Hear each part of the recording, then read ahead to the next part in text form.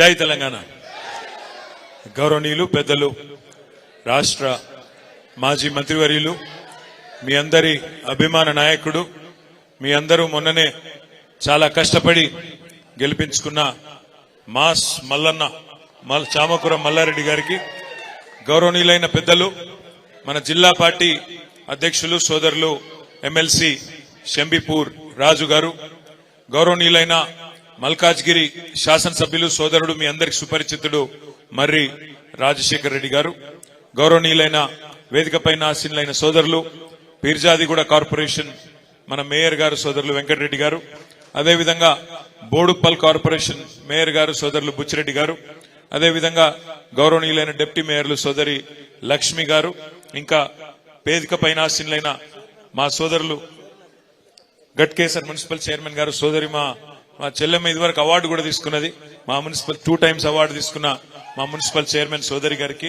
Pocharam municipal chairman గారికి, అదేవిధంగా వేదికపై ఆసీనులైన స్థానిక మండల పార్టీ ప్రెసిడెంట్ సోదరులు శ్రీనివాస్ గౌడ్ గారికి, అదేవిధంగా రమేష్ గారు, గౌరవ జెడ్పీటీసీలు, ఎంపీపీలు, సీనియర్ నాయకులు మా దర్గా దయాకర్ రెడ్డి గారు, మందార్ సంజీవ్ రెడ్డి గారు, వేదికపైన ఉన్న గౌరవ కార్పొరేటర్లు మా తమ్ముడు నవీన్, ఇంకా ఇప్పుడే మా అన్న చెప్పిండు మరి శివ ప్రతాప సింగారం సర్పంచ్ శివ ఎక్కడున్నాడు, తమ్ముడు శివకు ధీటుగా నిలబడి ముందుకురా కనబడు అందరికి ధీటుగా గట్టిగా సపర్లు కొట్టు ధీటుగా నిలబడి అవతల వాళ్ళు ఎంత పెద్దవాళ్ళైనా పార్టీ పార్టీ అని చెప్పి గట్టిగా నిలబడి పోరాటం చేసిన మా తమ్ముడు శివాకి, సోదరుడు మీ అందరికీ ఆప్తుడు, ఇప్పటిదాకా చాలా బ్రహ్మాండంగా మాట్లాడిన డాక్టర్ చామకూర భద్రారెడ్డి గారు మా తమ్ముడికి, అదేవిధంగా ఈ రోజు ఈ కార్యక్రమంలో పాల్పంచుకుంటున్న మా అన్నదమ్ములకు, అక్కా చెల్లెలందరికీ, గట్కేసర్ మండలం గట్కేసర్ మున్సిపాలిటీ పరిధిలోని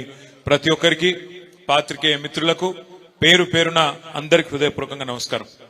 మరి ఇప్పుడే మల్లారెడ్డి గారు చెప్పిండ్రు నా తర్వాత భోజనమే పెడతా అన్నాడు, కాబట్టి మరి మీకు భోజనానికి మధ్యన ఎక్కువసేపు ఉంటే మీరు కూడా బరదా చేయరు, అందుకే ఎక్కువ మాట్లాడా, ఒక 4-5 విషయాలు మాత్రమే మీతో విజ్ఞప్తి చేసేది. ఒకటి, ఇప్పుడే మల్లారెడ్డి గారు చాలా విషయాలు చెప్పినారు, అందులో ముఖ్యంగా వారు చెప్పిన దానిలో ఒక విషయం మీరు గమనించాలని చెప్పి నేను కోరుతా ఉన్నా. మొన్న ముఖ్యమంత్రి రేవంత్ రెడ్డి గారు మాట్లాడుతూ మొన్న చెప్తున్నాడు ప్రెస్ మీట్ లో, మీ 6 గ్యారంటీలు మా 420 హామీలు మేమిచ్చినాయన్ని మాటలు నెగ్గాలనంటే కేంద్రంలో ప్రభుత్వం మళ్ళా మాదే రావాలి, అందుకోసమే మాకే ఓటేయాలి, లేకపోతే మాత్రం ఇవి చెయ్యా అని చెప్పి కుండబద్దలు కొట్టినట్టు ఇవాళ స్వయంగా ముఖ్యమంత్రి హోదాలో ఉండి ఈరోజు రేవంత్ రెడ్డి గారు చెప్తా ఉన్నారు. ఒక మాట మీరు అందరూ కూడా దయచేసి ఆలోచించాలని చెప్పి నేను కోరుతా ఉన్నా. ఒక రకంగా చెప్పాలంటే ఈ ముఖ్యమంత్రి గారు మొన్న ఆయన చెప్పిన మాటలతో మనకు అర్థమయ్యేది ఏంటంటే ఆల్రెడీ చేతులు ఎత్తేసిండు, నాతోని నేను ఇచ్చిన హామీలు అమలు చేసుడు నాతోని కాదు అని నిజంగా కూడా చేతులు ఎత్తేసినట్టే అనిపిస్తా ఉన్నది. ఎందుకంటే ఆయనకు కూడా ఎరికే ఆ ఇండియా కూటమిలో ఎవరు లేరు ఇవాళ కాంగ్రెస్ అమ్మడ. మమతా బెనర్జీ గారు వెళ్ళిపోయినారు, నితీష్ కుమార్ వెళ్ళిపోయిండు, అఖిలేష్ యాదవ్ ఆయన దారి ఆయన చూసుకుంటున్నాడు, కేజ్రీవాల్ వెళ్ళిపోయిండు, కేరళలో సిపిఎం వాళ్ళు వెళ్ళిపోయినరు, అక్కడ ఒక్కడు రాహుల్ గాంధీ మాత్రమే మిగిలిండు. కాబట్టి వాళ్ళు వచ్చేది లేదు, సచ్చేది లేదు. వాళ్ళు ఇప్పుడున్న పరిస్థితుల్లో గతంలో వచ్చిన 50 సీట్లు 55 సీట్లు కూడా తెచ్చుకునే పరిస్థితి కూడా లేదు. ఇవాళ నిజంగా కేంద్రంలో బీజేపీని ఆపే సత్తా ఎవరికైనా ఉంది అంటే బలమైన ప్రాంతీయ నాయకులు కేసీఆర్ గాని, మమతా బెనర్జీ గాని, కేజ్రీవాల్ గాని ఇట్లాంటి నాయకులకు ఉన్నది తప్ప కాంగ్రెస్ పార్టీకి ఆ సత్తా ఎంత మాత్రం కూడా లేదు. అందుకే నేను మీ అందరినీ ప్రార్థించేది, మొన్న ఎట్లా అయితే మల్లారెడ్డి గారికి బ్రహ్మాండమైన మెజారిటీనిచ్చి గెలిపించినరో, ఎంతమంది కొట్లాడినా అవన్నిటిని బేఖాతరు చేసి అందరు కలిసి కట్టుకు కొట్లాడినరో, అదే విధంగా రేపటి రోజున పార్లమెంట్ ఎన్నికల్లో కూడా ఇవాళ బీజేపీకి చెక్ పెట్టాలి అంటే బీజేపీకి ఎందుకు చెక్ పెట్టాలి కేంద్ర ప్రభుత్వానికి అనే మాట కూడా మీరు అడగచ్చు. తప్పకుండా చెప్పవలసిన బాధ్యత నా మీద ఉంది. ఇవాళ మీరు చూస్తున్నారు కృష్ణా నది మన రాష్ట్రంలో ప్రవహిస్తుంది, గోదావరి నది ఇంకోవైపు, ఒకవైపు కృష్ణా నది. ఈ 2 జీవనదులే మన తెలంగాణలో రైతుకు ప్రాణాధారం. అట్లాంటి కృష్ణా నదిలో ఇప్పటి వరకు గత 10 ఏళ్లలో తెలంగాణ రాష్ట్రం ఏర్పడ్డాక ఆ కృష్ణా నదిలో మా వాటా ఎంత, ఉమ్మడి ఆంధ్రప్రదేశ్ నుంచి ఏర్పడ్డ తర్వాత అలగైన తర్వాత మా వాటా ఎంత అంటే వాటానేమో తేల్చలేదు. మోడీ గారు 10 ఏళ్లలో కనీసం కృష్ణా జలాల్లో తెలంగాణ హక్కు ఎంత, వాటా ఎంత అని తేల్చే టైం ఆయనకు లేదు. లేకపోగా నిన్న రేవంత్ రెడ్డి గారు ఢిల్లీకి పోయి నిన్న వచ్చింది బయటికి వార్త, కేఆర్ఎంబి అని ఉంటది, కృష్ణా రివర్ మేనేజ్మెంట్ బోర్డు అని. మన వాటా తేల్చకుండానే, మన నీళ్ళెంతో లెక్కలు చెప్పకుండానే ఇవాళ కృష్ణా రివర్ మేనేజ్మెంట్ బోర్డుకి ఆ కృష్ణా జలాలను అప్పజెప్పి రేపు ఏ ప్రాజెక్టు కట్టాలన్నా, అక్కడికి వెళ్ళి ఒక చుక్క నీరు తీసుకోవాలన్నా ఢిల్లీ ఓన్ చేతిలో మన జుట్టు పెట్టి ఇవాళ ఈ ముఖ్యమంత్రి గారు మన ప్రయోజనాలను, మన రాష్ట్ర ప్రయోజనాలను ఢిల్లీకి తాకట్టు పెట్టి వచ్చినాడు. ఎందుకుండాలే బీఆర్ఎస్, ఎందుకుండాలి గులాబీ జెండా పార్లమెంట్ లో అంటే, ఇవాళ మీరు చూస్తున్నారు పార్లమెంట్ లో కేవలం ఒకే ఒక్క పార్టీ మాత్రమే అడుగుతున్నది, ఒకే ఒక్క పార్టీ మాత్రమే కృష్ణా జలాల్లో తెలంగాణ వాటా గురించి కొట్లాడుతున్నది. అది మన గులాబీ జెండా వేసుకున్న మన ఎంపీలే తప్ప ఇంకెవ్వరు కనీసం మాట్లాడతలేరు. కాంగ్రెస్ ఎంపీలు లేరు, బీజేపీ ఎంపీలేమో మాట్లాడే పరిస్థితి లేదు. అందుకే ఈ రెండు జాతీయ పార్టీలను నిలదీయాలన్నా, కేంద్రంలో మన హక్కుల కోసం మాట్లాడేటోడు ఉండాలన్నా, అక్కడ నిలదీసేటోడు ఉండాలన్నా, ప్రశ్నించేటోడు ఉండాలన్నా, గల్లా బట్టి అడిగేటోడు ఉండాలన్నా, రాష్ట్రానికి కావాల్సిన తెచ్చేటోళ్ళు ఉండాలన్నా ఈ గులాబీ జెండా వల్ల అయితే తప్ప కాంగ్రెస్ పార్టీ వల్లనో బీజేపీ వల్లనో కాదు. రాజ్యాంగబద్ధంగా, చట్టబద్ధంగా మనకు రావాల్సిన ఇట్లా వస్తాయి. కానీ మనకు ఇంకా అదనంగా ఏమైనా రావాలి అంటే, గతంలో మల్లారెడ్డి గారు ఎంపీగా పనిచేసినారు, మంచిగా పనిచేసిండు, బ్రహ్మాండంగా ప్రశ్నలు అడిగిండు. ఆ తర్వాత ముఖ్యమంత్రి కేసీఆర్ గారు పిలిస్తే ఇక్కడికి వచ్చి ఎమ్మెల్యే అయిండు, తర్వాత మంత్రిగా మీ అందరికీ బ్రహ్మాండమైన సేవ చేసినాడు. ఇలా ఆయనతోని మేము ఎవ్వరం కూడా పోటీ పడే పరిస్థితి లేదు మల్లారెడ్డి గారితో. ఎందుకంటే ఆయన మా అందరికంటే యువకుడు, ఉత్సాహవంతుడు, మా అందరికంటే ఎక్కువ ఉరుకులాడతాడు. ఆ ఉరుకులాటంతా మీకోసమే. ఎప్పుడు కలిసినా, ఎక్కడ కలిసినా గత 10 ఏళ్లలో మా మేడ్చల్ నియోజకవర్గం ఆ రోజు పార్లమెంట్ మెంబర్గా ఉన్నప్పుడు గాని, ఎమ్మెల్యేగా ఉన్నప్పుడు గాని, మా మేడ్చల్కి ఇది కావాలి, మా గట్కేసర్కి అది కావాలి, మా జవహర్ నగర్కి ఇది కావాలి, మా బోడుప్పల్కి అది, మా ఫిర్జాదిగూడకి ఇది, మా పోచారంకు ఎప్పుడు చూసినా 10 మున్సిపాలిటీలు, అదేవిధంగా 61 గ్రామ పంచాయతీలు, వాటికి సంబంధించిన పనులు తప్ప మరి పూర్తి స్థాయిలో ప్రజల కోసమే సిన్సియర్ గా పనిచేసిన మల్లారెడ్డి గారు తప్ప వేరే ఎన్నడూ కూడా పని చేయలేదు. వాళ్ళ సొంత డబ్బులు పెట్టి 125 గుడులు కట్టించినా, దాదాపు 60-70 కోట్ల రూపాయలు ఖర్చు పెట్టి సీసీ రోడ్లు వేసినా ఆయన కమిట్మెంట్ కి ఇదంతా కూడా నిదర్శనం అనే మాట కూడా నేను మీకు విజ్ఞప్తి చేస్తా ఉన్నా. రేపటి రోజున కూడా మల్లారెడ్డి గారు గాని, రాజశేఖర రెడ్డి గాని, రాజు గాని, నేను గాని మీ అందరికి ఇచ్చే మాట ఒకటే, ఈ ప్రభుత్వం ఈ 420 హామీలిచ్చి, దొంగ హామీలిచ్చి, చేయలేమని తెలిసి కూడా హామీలిచ్చి ప్రజలను మోసం చేసి వాళ్ళ అధికారంలోకి వచ్చిన తర్వాత మమ్మల్ని పార్లమెంటులో అక్కడ 17 సీట్లు గెలిపిస్తేనే చేయగలుగుతాం, లేకపోతే చేయలేమని చేతులు ఎత్తేసిన రేవంత్ రెడ్డి ప్రభుత్వానికి బుద్ధి చెప్పవలసిన బాధ్యత మన మీద ఉన్నది. ఇదే మాట ఎన్నికలకు ముందు చెప్తే ప్రజలు ఓట్లేస్తుండేనా ఆలోచించమని చెప్పి నేను కోరుతున్నా. ఎన్ని అబద్ధాలు చెప్పిండ్రు, నోటికొచ్చిన మాటలు. బస్సు ఫ్రీ, బంగారం ఫ్రీ, కేసీఆర్ ₹1,00,000 ఇస్తాడు కళ్యాణ లక్ష్మికి, నేను దాని మీదకెళ్లి తులం బంగారం ఇస్తా, మీకు ఇది ఇస్తా అది ఇస్తా అని చెప్పి, కేసీఆర్ రూపాయి అంటే నేను ₹2 ఇస్తా అని చెప్పి మోసం చేసి అధికారంలోకి వచ్చింది. ఎన్ని మాయ మాటలు ఒక్కసారి యాద్ చేసుకోండి. ఏమన్నాడు ఆనాడు, డిసెంబర్ 9 నాడు నేను అధికారంలోకి వస్తున్నా, రైతులు ఇప్పటిదాకా రుణం తీసుకున్న లెవెలనుంటే అర్జెంటుగా ఓన్రీ బ్యాంకుకు 2 లక్షల రుణం తెచ్చుకోండి, నేను చెప్తున్నా, నేను ఒక సంతకంతో మాఫీ చేస్తా డిసెంబర్ 9 నాడు అన్నాడు. డిసెంబర్ 9 పోయింది, జనవరి 9 పోయింది, ఇంకో వారం అయితే ఫిబ్రవరి 9 వస్తుంది. ఇప్పటి వరకు అతి లేదు, గతి లేదు రైతు రుణమాఫీ. ఆడబిడ్డలకు చెప్పిండు, ఏమన్నాడు, మహాలక్ష్మి అనే పథకం తెస్తా, ₹2,500 ఇస్తా నెలకు కోడళ్లకు, అత్తలకేమో 4,000, కోడళ్లకు ₹2,500 ఇస్తా అని చెప్పిండా లేదా? మరి ఇప్పటివరకు చాలా అయిందా? 100 రోజులు అన్నారు, 100 రోజులు కూడా చూద్దాం, తొందర ఏం లేదు. మార్చి 17కు 100 రోజులు నిండుతుంది. రాష్ట్రంలోని 1,57,00,000 మంది ఆడబిడ్డలు ఎదురు చూస్తాండ్రు.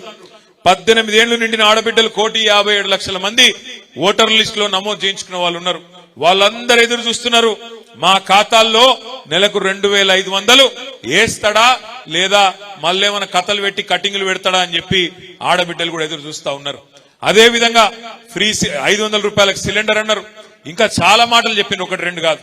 రైతులకైతే బోనస్, క్వింటల్ కి 500 బోనస్ అన్నారు. రైతు కూలీలకు 12,000 అన్నారు. ఇవాళ ఏం పరిస్థితి వచ్చిందో 50-60 రోజుల్లోనే మీరే చూస్తా ఉన్నారు. ఫ్రీ బస్ అని పెట్టిండ్రు. మరి ఆ ఫ్రీ బస్సులో ఇవాళ పరిస్థితులు ఎట్లున్నాయో వీడియోలు తిరుగుతున్నాయి, సోషల్ మీడియాలో మీరే చూస్తున్నారు. ఆడబిడ్డలు ఒకరినొకరు కొట్టుకుంటున్నారు. ఆ బస్సు డ్రైవర్ ఎక్కే సీట్లకే ఎక్కుతున్నారు, కండక్టర్లు ఎక్కే దానికే ఎక్కుతున్నారు, కిటికీలకే లోపల దుక్కుతున్నారు. ఒకళ్ళ జుట్లు ఒకళ్ళు పట్టుకొని కొట్టే పరిస్థితి వచ్చినది, చెప్పులతో కొట్టుకుంటున్నారు. అంటే బాధ ఏంటంటే ఒక దిక్కేమో మగోళ్ళు టికెట్లు పెట్టి కొనుక్కున్న మగోళ్ళేమో వాళ్ళు నిలబడతాను, ఇటు ఆడబిడ్డలేమో సీట్లు దొరకక వీలు కొట్లాడతాను. అక్కడ ఆటో వాళ్ళేమో 6.5 లక్షల మంది ఆటో డ్రైవర్లు కడుపు గాలి. ఆఖరికి నిన్న ఒక ఆయన ఆటో కూడా తీసుకుపోయి ముఖ్యమంత్రి గారు డిప్యూటీ సీఎం గారి ఇంటి దగ్గర తీసుకుపోయి అక్కడ వాళ్ళ ఇంటి ముంగట్నే కాల్ చేసిన పరిస్థితి వచ్చింది. 50-60 రోజుల్లోనే ఇలా ఇంత వ్యతిరేకత ఈ ప్రభుత్వం మీద మూట కట్టుకొని ఈ ప్రభుత్వానికి బుద్ధి చెప్పడానికి ప్రజలు సిద్ధంగా ఉన్నారు.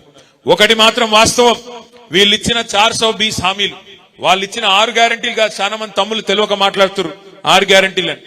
6 గ్యారంటీలేమో 100 రోజులలో అమలు చేస్తామన్నారు. ఒక 420 హామీలు, యూత్ డిక్లరేషన్ అని, ఎస్సీ డిక్లరేషన్ అని, ఎస్టీ డిక్లరేషన్ అని, మైనారిటీ డిక్లరేషన్ అని, రైతు డిక్లరేషన్ అని, మహిళా డిక్లరేషన్ అని చెప్పి విడుదల చేసి 420 420 హామీలు ఇచ్చి ఇవాళ రేవంత్ రెడ్డి అక్కడ గద్దెనెక్కి ముఖ్యమంత్రి అయింది. ముఖ్యమంత్రి అయిన తర్వాత ప్రజలకు పనికొచ్చే పనులు చేయకపోగా పనికిమాలిన మాటలు మాట్లాడుతూ ఉన్నాడు. ఆయన అంటాడు కేసీఆర్ ను బీఆర్ఎస్ ను 100 మీటర్ల లోపల బొంద పెడతా పాతి పెడతా అని మాట్లాడుతున్నాడు. ఆయన తిప్పి కొడితే 3 ఫీట్లు లేడు, ఆయన 100 మీటర్ల లోపల మనల్ని పాతి పెడతాడంట.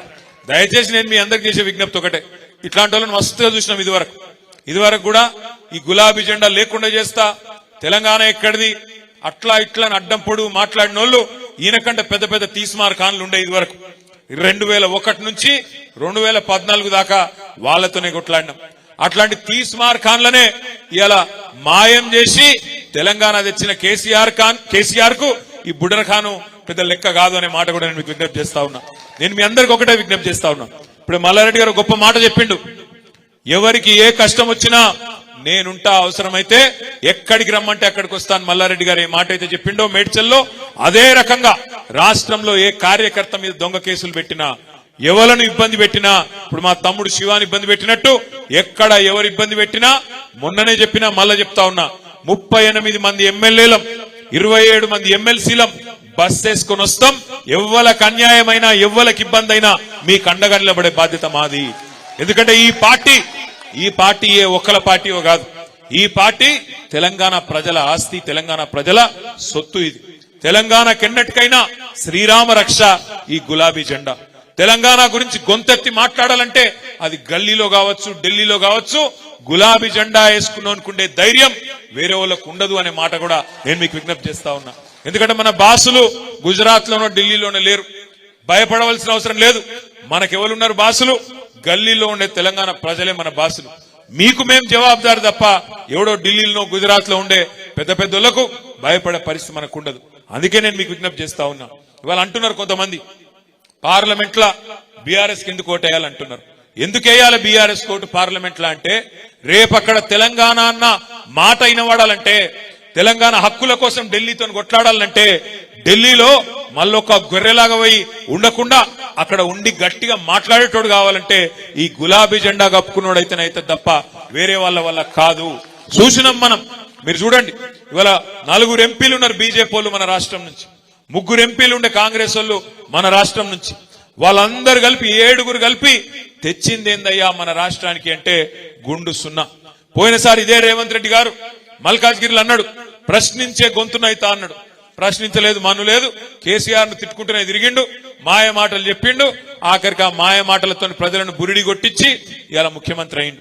ముఖ్యమంత్రి అయినాక కూడా అదే మాయ మాటలు, ముఖ్యమంత్రి అయినాక కూడా మళ్ళీ అదే మోసంపూరితమైన మాటలు. ఏమంటున్నాడు? ఒక దిక్కేమో కేసీఆర్ అప్పుల పాలు చేసిండంటాడు, లంకె బిందెలు ఉన్నాయనుకొని వచ్చినాం, ఇక్కడ ఖాళీ కుండలు ఉన్నాయి అంటున్నాడు. నాకు తెలియక అడుగుతా, దయచేసి మీరందరూ చెప్పాలా, లంకె బిందెల కోసం ఎవరు తిరుగుతారన్నా? లంకె బిందెల కోసం సాటుకు అర్ధరాత్రి గడ్డపారలు పట్టుకొని, తటపారలు పట్టుకొని, నెత్తి మీద బట్టలు కప్పుకొని, పాత గడిలల్లా, పాత గుడులల్లా, పాత కోటలల్లా తిరిగే దొంగలు ఇవాళ దురదృష్టవశాత్తు మరి అధికారంలోకి వచ్చిర్రు కాబట్టి లంకె బిందెలు ఉంటాయి అనుకొని వచ్చినాం అనే మాటలు, దిక్కుమాలిన మాటలు ఒక ముఖ్యమంత్రి నోటి నుంచి మాట్లాడవచ్చునా? లంకె బిందెలు ఉంటాయి అనుకొని వచ్చినాం, ఖాళీ కుండలున్నాయి. రేవంత్ రెడ్డి గారికి చెప్పాలి మనం, అయ్యా లంకె బిందెలు ఉండవు సెక్రటేరియట్ లో, సెక్రటేరియట్ల కంప్యూటర్లు ఉంటాయి, సెక్రటేరియట్ల పేపర్లు ఉంటాయి, సెక్రటేరియట్ల జీవోలు ఉంటాయి. నీకు చిత్తశుద్ధి ఉంటే ఇచ్చిన హామీలు 420 హామీలు ఏవైతున్నాయో వాటిని నిలబెట్టేందుకు పని చేయి. తెల్లారు లేస్తే పనికి మాలిన మాటలు, కేసీఆర్ ఇది చేసిండు, కేసీఆర్ అది చేసిండు. కేసీఆర్ ఏం చేసిండో ఏం చేయలేదో ప్రజలకు తెలుసు. నువ్వేం చేస్తావో చెప్పు. ఇచ్చిన 420 హామీలు నిలబెట్టుకుంటావా లేదా చెప్పు. ఇచ్చిన ప్రతి ఒక్క హామీని నువ్వు గిన్న మోసం చేస్తే ప్రజల తరపున తప్పకుండా నిలబడతాం, తప్పకుండా నిలదీస్తాం, తప్పకుండా వెంటాడుతాం. మొన్న శాసనసభలో ఎట్లయితే అబద్ధాలు చెప్పి తప్పించుకునే ప్రయత్నం చేస్తే అక్కడ మేమందరం నిలబడి గట్టిగా మాట్లాడినామో, రేపటి రోజున కూడా బడ్జెట్ సమావేశాల్లో కావచ్చు, తదుపరి కావచ్చు, ప్రజల తరపున ఎప్పటికప్పుడు మీకిచ్చిన ప్రతి హామీని నిలబెట్టేదాకా ఎంబడబడతాం. ఈ దివాలాకోరు మాటలు మాకు ఓటేస్తేనే నిలబడతాం, మాకు ఓటేస్తేనే మన 420 గ్యారంటీలు అమలు చేస్తాం అనే మాట ఏదైతే ఉన్నదో ఇది ఎలక్షన్ల ముందే చెప్పింటే ఆనాడే ప్రజలు నిన్ను జాడించి తంతుండే. ఇవాళ నువ్వు ఎన్ని మాయ మాటలు చెప్పినా, ఎన్ని దొంగ మాటలు చెప్పినా తప్పకుండా తెలంగాణ ప్రజలకు ఇప్పటికే అర్థమైంది. ఊర్లలో బాధపడుతున్నారు, అయ్యో కేసీఆర్ గారు ముఖ్యమంత్రి లేరు అంటే మాకు అర్థమైతే లేదు. కేసీఆర్ లేడా, అట్లెట్లా జరిగిపోయి. మా చెల్లెలు ఇప్పుడు బాగా చెప్పింది లక్ష్మి, కొమ్మను ఎక్కడ కుమ్మమే దెబ్బ పడుతుంది అనుకున్నాం గానీ అసలు చెట్టే కింద పడిపోతుంది అనుకోలేదన్నా. అక్కడక్కడ తాత్కాలికంగా లోకల్ కోపాలతోని, లోకల్ ఇబ్బందులతో జరిగింది తప్ప వేరేది కాదు అన్న మాట చెప్పింది. భవిష్యత్తులో ఆ లోపం కూడా జరగకుండా చూసుకోవాలంటే మన గొంతు ఎప్పటికప్పుడు వినబడుతూనే ఉండాలి. రాబోయే రోజుల్లో ఏ ఎలక్షన్ వచ్చినా, కౌన్సిలర్ ఎలక్షన్ వచ్చినా, కార్పొరేటర్ ఎలక్షన్ వచ్చినా, ఎంపీటీసీ వచ్చినా, జెడ్పీటీసీ వచ్చినా, పార్లమెంట్ ఎన్నిక వచ్చినా మనందరం కూడా గట్టిగా నిలబడి గులాబీ జెండా కప్పుకున్న, అధికారికంగా గులాబీ జెండా కప్పుకున్న వాళ్ళకే ఓటేసి గెలిపించుకుంటేనే మన గొంతు ఉంటది, మన వాణి ఉంటది. తెలంగాణ ప్రజలకు శ్రీరామ రక్షలాగుండే కేసీఆర్ గారు ఉంటారు. కాబట్టి మీ అందరినీ ప్రార్థించేది, మళ్ళా నన్ను మంచి గెలిపించుకున్నారు, మంచి మాస్ లీడరు, మీ అందరికి ఎప్పుడు అండగా ఉండే నాయకుడు భవిష్యత్తులో కూడా ఉంటాడు. మరి భవిష్యత్తులో పార్లమెంట్ ఎన్నిక గాని, పంచాయతీ ఎన్నిక గాని, ఏ ఎన్నిక వచ్చినా తప్పకుండా గులాబీ జెండా ఎగిరే విధంగా మనందరం కూడా కలిసికట్టుగా ముందుకు పోదామని మీ అందరికి విజ్ఞప్తి చేస్తూ, ప్రజల తరపున మీకు ఇచ్చే హామీని నిలబెట్టేదానికి అందరం కలిసికట్టుగా పనిచేద్దామని చెప్పి కోరుకుంటూ, జై తెలంగాణ.